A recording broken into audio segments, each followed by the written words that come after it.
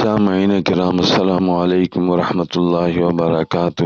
آج بروز جمعہ ہے، رجب کی 5 تاریخ 7واں مہینہ 1447 ہجری ہے، انگریزی کی 26 تاریخ 12واں مہینہ 2025 عیسوی ہے۔ سورہ حج کی آیت نمبر 73 74 کی تلاوت ترجمہ تفسیر کی جا رہی ہے، غور سے سماعت فرمائیے۔ اعوذ باللہ من الشیطان الرجیم، بسم اللہ الرحمن الرحیم۔ یا ایہا الناس ضرب مثل فاستمعوا له ان الذین تدعون من دون اللہ لن يخلقوا ذبابا ولو اجتمعوا له وإن يسلبهم الذباب شيئا لا يستنقذوه منه ضعف الطالب والمطلوب ما قدر الله حق قدره ان اللہ لقوی عزیز، صدق اللہ العظیم۔ ترجمہ کلام پاک۔ اے لوگو، ایک مثل بیان کی گئی ہے سو تم اسے دھیان سے سن لو۔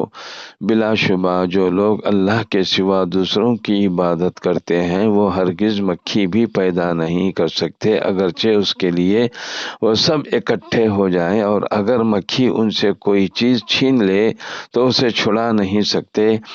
طالب بھی کمزور اور مطلوب بھی کمزور ہے۔ لوگوں نے اللہ کی ایسی تعظیم نہیں کی جیسا کہ اس کی تعظیم کا حق ہے۔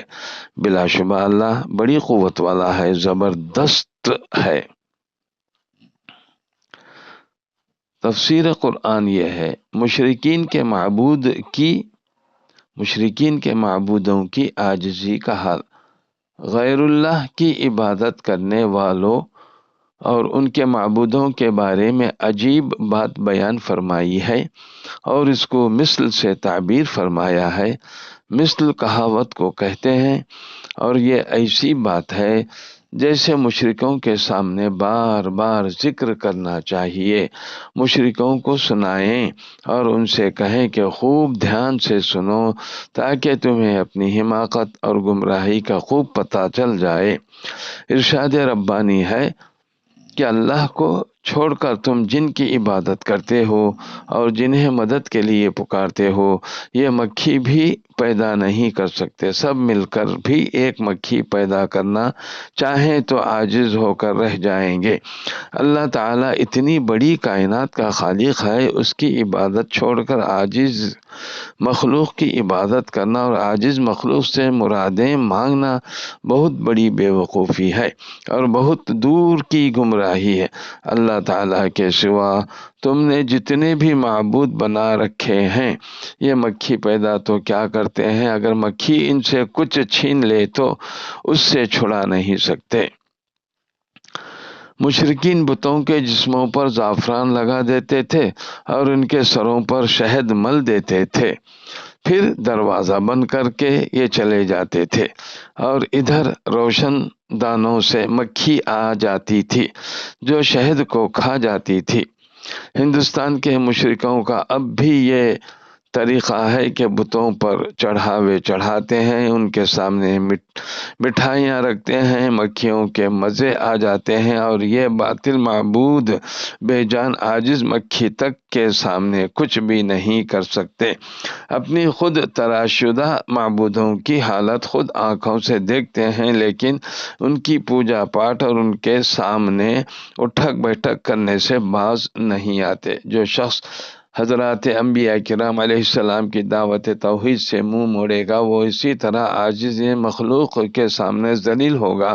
جو لوگ خالق و مالک کی توحید کے قائل نہیں ہوتے اور اس کی ذات پاک کو سجدہ نہیں کرتے، وہ یوں ہی مارے پھرتے ہیں اور اپنے سے بھی زیادہ عاجز مخلوق کے سامنے سجدہ کرتے ہیں۔ طالب بھی کمزور ہے، مطلوب بھی کمزور ہے۔ طالب سے مشرک یعنی غیر اللہ کی عبادت کرنے والا، اور مطلوب سے معبود باطل مرادیں ہیں، اور مطلب یہ ہے کہ جیسا عابد ویسا ہی معبود دونوں ہی ضعیف ہیں۔ معبود تو ضعیف اس لیے ہے کہ وہ مکھی تک سے مٹھائی بھی نہیں چھڑا سکتے، اور اس کی عبادت کرنے والا اس لیے کمزور ہے کہ اس کی کمزوری عقل کے اعتبار سے ہے۔ وہ ایسی چیز سے نفع کا امیدوار ہے جو اپنے چڑھاوے کی چیزوں کو مکھی تک سے نہیں چھڑا سکتا۔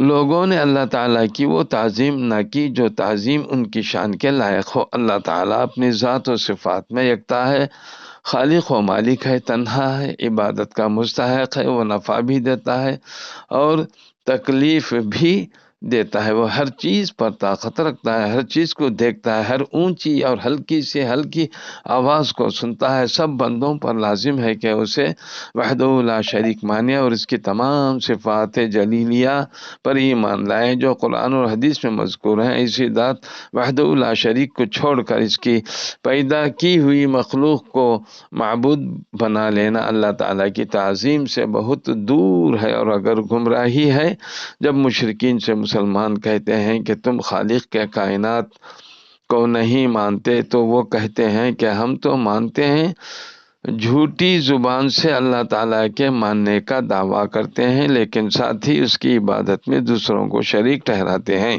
یہ ماننا اس کی شان کے لائق نہیں ہے۔ اس کی مخلوق میں سے خدا تراش لیے جائیں اور ان کے لیے جانور ذبح کیے جائیں اور ان کو سجدے کیے جائیں، یہ اللہ تعالیٰ کا ماننا کہاں ہوا اور اس کے شان، اس کی تعظیم کہاں ہوئی؟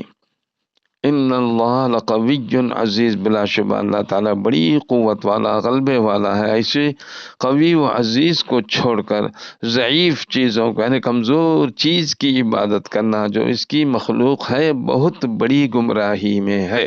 وآخر دعوانا الحمدللہ رب العالمین۔ السلام علیکم ورحمۃ اللہ وبرکاتہ۔